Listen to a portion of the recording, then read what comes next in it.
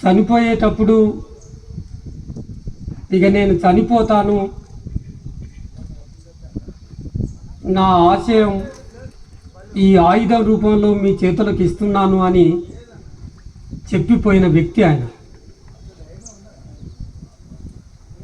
మనకు ఆ రూపంలో కాకపోయినా మన ముందు అలాంటి సవాలు ఒకటి పెట్టి, మన ముందు అలాంటి బాధ్యత ఒకటి పెట్టి పోయిండు. కనుక మనం ఆయనకు నిజంగా నివాళి అంటే ఆయనలాగా డీక్లాసిఫై కావాల్సిన సవాల్ మన ముందు ఒకటి ఉంది. ఆయన నడిచిన సాయుధ బాట కాకపోయినా సాయుధ బాటను మరింత దృఢం చేయటానికి ఈ సమాజంలో ఉంటూ ఎంత చేయగలగాలో అంత చేయాల్సిన బాధ్యత కూడా మన మీద పెట్టిపోయాం. అది మనం ఎప్పుడు మర్చిపోవద్దు.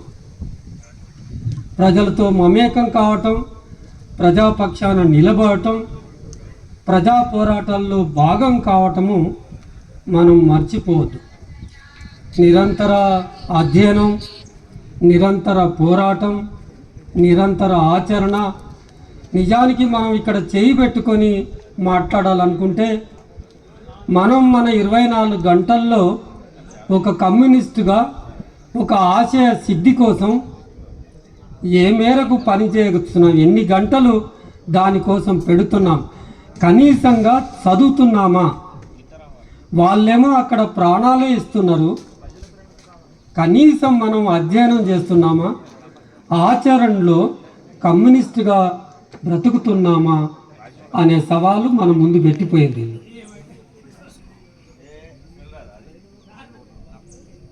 అందుకని ఆ ఆశయం కోసం మనం చేయగలిగినంతగా చేయాలి.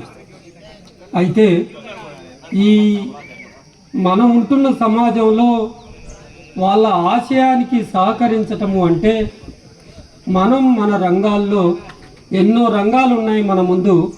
మన రంగాల్లో మనం పనిచేయటం ఒక్కటే, నిబద్ధతతో పనిచేయటం ఒక్కటే మనం చేయగలిగేది.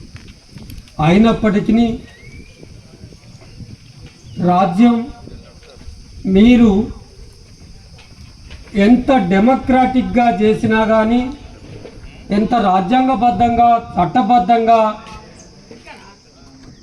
ఉద్యమాలను కొనసాగించినప్పటికీ ప్రజల పక్షాన నిలబడ్డావు అంటేనే పాలకులకు, రాజ్యానికి శత్రువు అవుతావు.